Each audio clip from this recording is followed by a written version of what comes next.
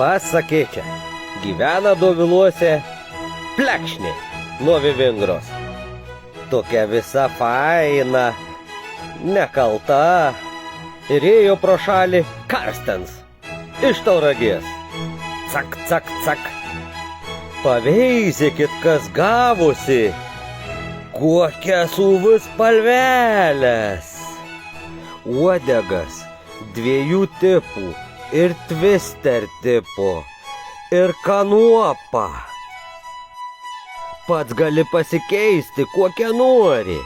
Mažylius reikės pasverti, išmatuoti. O dabar marš į vandenį praustis. Sveiki, spiningo broliai. Štai tai, Vivingra ir Karsten Lures pristato savo bendrą projektą. Surėmė pečius, pagaminome šiam sezonui naują masalą. Yra keli modeliai, lėtai ir greitai skęstantis, kurie išmaišys didžiausius gylius. Parinktos kibiausios spalvos ir jų deriniai nenuvils nei vieno žvejo. Nepriekaištingas darbas ir raulingas išprovokuos patį ignoringiausią plėšrūną.